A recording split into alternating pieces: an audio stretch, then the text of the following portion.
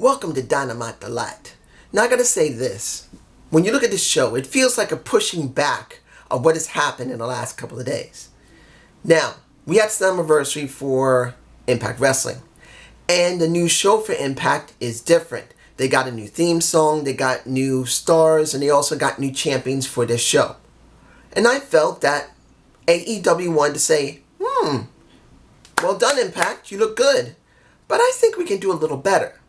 That's what this show kind of felt like. It wasn't meant to surpass what Impact Wrestling did on Tuesday or Slammiversary. That's not possible. Slammiversary is one of the best shows they've had in wrestling in months. They're not taking anything away from Fyter Fest or the Night of the Fallen, but Fight for the Fallen. I'm sorry, but this felt like one of the best shows around that we've had in a while. So when you look at this show for Dynamite, it kind of feels like they're trying to up their game a little bit. So the opening of the show, we got an NWA talent again in the Kingston. Now I don't know if Kingston's working for AEW or if he's still working for NWA. He was allowed to come in and he cuts a very beautiful promo. Pretty much saying, you actually have the nerve to say that you got grit. You don't got no grit, boy. I got grit. I come from the inner slums, baby. I know what it's like to see people drink. I know what like when they do drugs. I know like when they like to beat the shit out of people and kill one another. You're nothing. And he did not like Art Anderson. He was screwing with his ass saying, if you do not just cut it, I'm going to gouge that eye out. I'm going to gouge it. He wanted people to understand that he was legit true grit. And then he said Tony Khan gave him a gift because he said, you want me here? I want a no DQ match.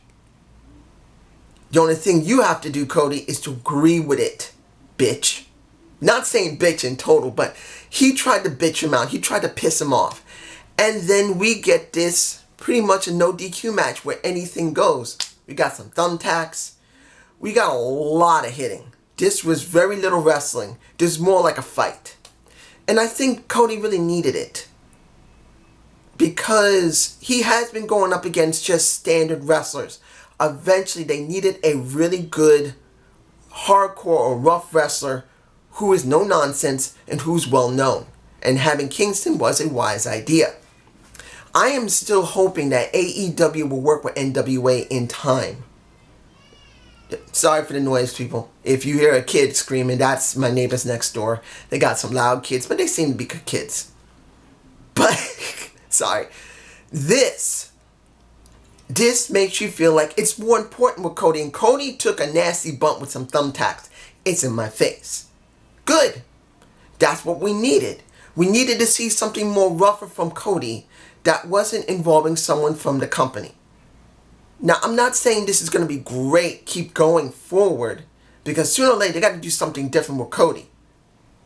I mean, these open challenges are good, and this did bump up. I'm sure it's going to bump up the ratings a little bit, which I don't really care about the ratings, but I'm sure it's going to bump it up because I'm sure that NXT didn't go this route.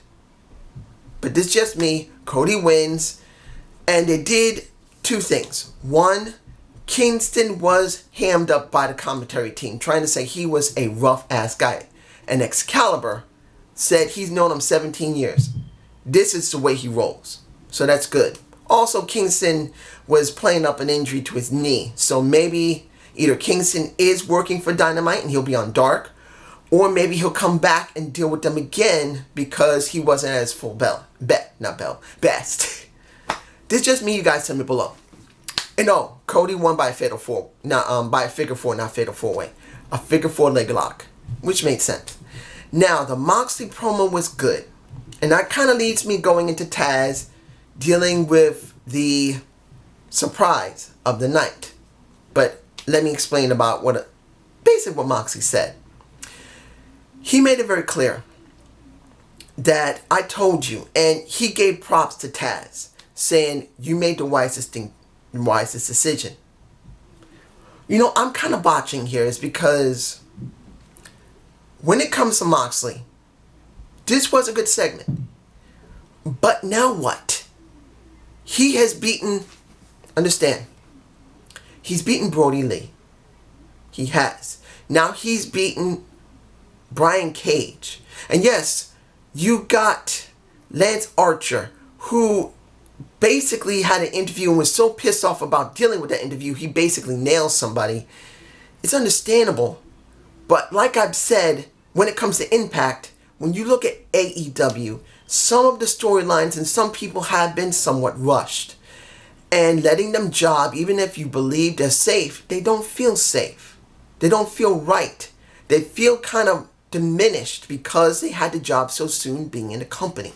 There seems to be a trend that big guys have to be bitched out a little bit. And I don't agree with it. Now, when it came to Taz, Taz added on top of what Moxie said. He said, you know what? I give you all props, Mox. You did mess with my monster. You messed with my machine. And I almost lost my job because of what I did. Thrown in the towel. But it was the wisest thing to do. It was a business move. This man could have had another torn bicep. I had one myself. I never gotten again. I'm not letting this one happen. Period. We're coming for you. You will get yours. And then you got Darby Allin coming out. Before you even can talk, you got Ricky. You can see it in my face. Seeing Ricky Starks come out and basically destroy a Darby Allin to a certain extent, at least before Moxie comes out himself from the crowd. Which, that's what he does all the time. He always goes for the crowd. It's understandable now that you're going to have Moxley with the Allin dealing with the Starks with the... I'd really rather not see a Brian Cage teamed up with Ricky Starks. I don't. If they make them into a tag team, maybe. I just want to see Taz being manager to two great talents in a Ricky Starks, and I know one of my subscribers can't stand Starks. I believe he's good, counting if he's booked properly. He may not be one of the best wrestlers, but as an all-around talent, he's got 4 to 5 tools. And then you look at the Brian Cage. He also is a full tool. Well, let's be honest here. The guy's got 4 tools of the trade of 5.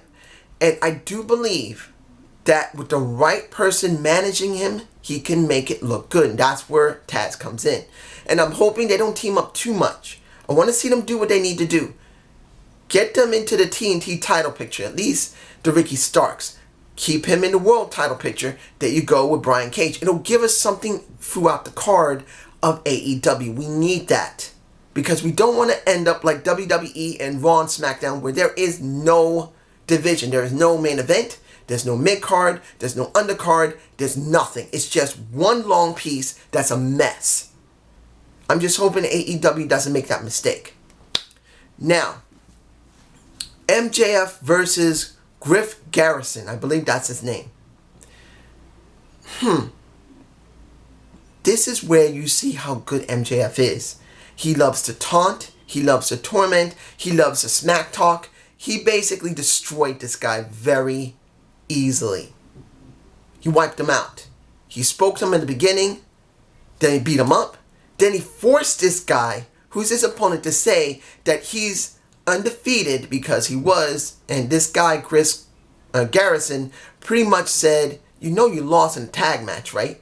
You may be undefeated, but you still lost. And pissed off MJF, and he destroyed him, forcing him to say, hey, you are undefeated. That was good. It keeps MJF relevant, and it keeps him meaning something as an undefeated, non-broken streak. But eventually, they got to go somewhere with him. So hopefully, by the end of the year, they will start building him going into the TNT title picture or the world title picture eventually. I believe that's what needs to be done eventually. Britt Baker had a segment. I have to say this about how they're booking her. I don't agree with it because I'd rather see her be a dentist than being a role model. Now, I'm not saying it isn't working to a certain extent, but I believe it was unique to see a dentist persona with an actual dentist. I think it would have been interesting if she put in mannerisms as a dentist into her stick and into her ring work, and that would have gotten us some really good content. But as the role model, I'm not feeling it 100%. I do respect it, that at least it's something. And after she broke her nose because of Sheeta, and you see that she had surgery, and here's the image of my face when they started digging up her nose. Ugh. At least they're trying to use an accident in the ring to its full advantage. I will give them that. Then, we got Big Swole getting... Now, I know I'm going to talk about the match in a minute with Diamante. Now, how do I say this name? Ivelisse, there you go. Diamante and Ivelisse. I will talk about them in a moment. But the thing I don't agree with, if you're going to do something with Britt Baker, wouldn't it have been better to have Big Swole's segment just after her? It would have been better that 30-second or 20-second snippet be just maybe after that. And I don't agree that it had to be over Diamante and Ivelisse's own match. I just don't agree with it. That's why I'm putting it here. And she made it very clear. Girl, she doesn't say this exactly, but she said, girl, you think you can get away with this? You got me suspended. Fine. But your frail ass ain't going to last long because I'm coming after you. Now, admittedly, she did stumble on her words a little bit while this promo was being done. But at least it did somewhat relay what she's going to be doing. When she's finished with her suspension, she's coming after her, which is understandable. Now, the Diamante and Ivelisse match. Now, I don't know anything about Ivelisse. Now, if I have seen her before, I don't remember her. But Diamante from LAX, when she was in Impact, I do remember her. And I wasn't too happy that she wasn't there that long because she did get injured. She got hurt, unfortunately. So, didn't really get much of her. But what I did see of her wasn't that bad. She wasn't bad in the ring. Now, both these women are 10-year veterans in the business. Now, the match itself wasn't too bad, but at first it looked like they were a little off because Diamante trying to give a couple of points in the match, it seemed botchy. A little botchy. But once you get past that, this was a very hard-hitting match. There was very little high-flying. It was about being physical. Now, repeat this again. This isn't like, it's not like European style. It wasn't like Japanese strong style or European strong style. This was just straight-up smash-mouth wrestling, where the only thing they want to do was hurt one another and beat the crap out of each other. Yes, if they flailed their arms around like they were little girls, yes, at certain points, they kind of burnt themselves out. But it wasn't bad. And Diamante really gets to win here. But the question is, where would they go with these two women? Are they heading right back to dark and not have anything for them to do? It would make sense to try and get Diamante on... you got Santana Ortiz on the Inner Circle. Calling Diamante to join the Inner Circle as their first female. And I think that would be actually quite wise. Not because they're Spanish, just because they've dealt with each other in Impact Wrestling, so they know one another. I think it would really help. It would help Diamante. And it would give something extra to the Inner Circle. Now, we had the match of... it wasn't even a match. It was a Falls Count Anywhere between the Butcher, the Blade, and the Bucks. Now, here's the thing, guys. I don't hate Butcher. I don't hate Blade. But I have never seen them win on Dynamite in a tag match. If there's a 6-man tag, a 8-man tag, a 10-man tag, it makes no difference. They'll win with the other group. But as they are a tag team, you would expect them to win on Dynamite. And I'm not talking about Dark, even if they win on Dark, means nothing on Dynamite. You need wins on Dynamite because that's where the bulk of your people are going to be watching. And when it came to this... Sorry, still have the allergy problem. When it came to this, it just... I didn't believe they were going to win. I knew the Bucks were going to beat their asses because Butcher and Blade have lost all the time on their own. Flat out. They're jobbers. So I don't see them winning. And in the end, even though there was some decent Fatal 4-Way and really wild matching because anything went, you can do anything you want in a Falls Count Anywhere match, the Bucks win. Didn't see anything really interesting. I didn't. But, what was that part? Well, I'm wondering where they're going to go with the Bucks. Are they still going to be dealing with Inner Circle? Are we going to be seeing them going against FTR again? Because we did see FTR dealing with Hangman Page because of Page versus Fives from the Dark Order. Now, the match was good. I'm kind of transitioning into it. The match was good between... The thing that's getting me, and it's in my face, because the match itself was good. I didn't expect Page to lose here. He's a tag champ. He had to win. But once the Dark Order came out standing there, and I didn't see Colt Cabana, and I didn't see Brody Lee, I'm going like, what the hell's going on? Are they just going to rush the ring? And then finally Colt and Brody came out. And once Mr. Brody Lee comes into the ring and says, you know, I like you. You do good. But you got one fatal flaw. You didn't have anybody by your side because look at what you're dealing with. You got a whole bunch of people here by yourself. And he made it very clear, I'm not coming at you. But if you join me, you join us, that'll never happen. And pretty much Hangman said, look, thank you, but I'm not ready to join a cult right now. And Brody said, you know what? You just made your bed. And they all came to the ring after Mr. Lee and Colt Cabana had left because Mr. Lee didn't want Colt to see what's about to happen. You got basically the beatdown. And it was FTR that saved his butt. Saved his buttocks. Or buttocks. Or gluteus maximus. Whatever you want to call his ass. And then you got Kenny Omega coming out after the fight was over. The question's going to be, because I have heard some people talk about, you know what? We need another horseman. The Four Horsemen. It's a good possibility it's going to be FTR, Hangman Page, and maybe Cody. Because people are wondering, will it be FTR? Will it be Cody? Will it be Hangman Page or someone else? I can't really say if it's going to be like that. I'm thinking Hangman Page may be in the Horsemen.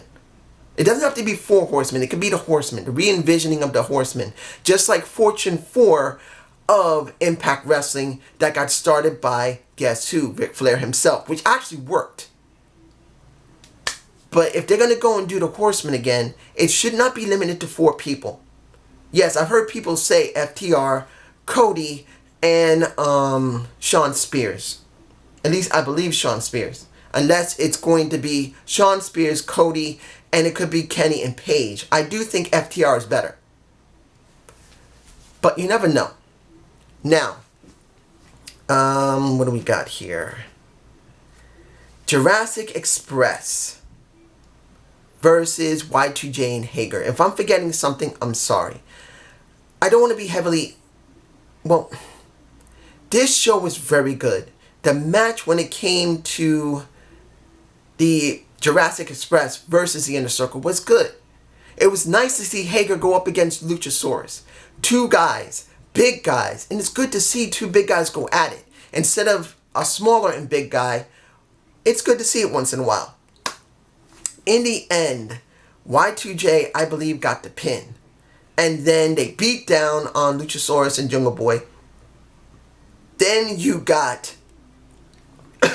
even Marco Stunt got beat up. Then you got someone coming out. Someone that we all now really like a lot. And that is...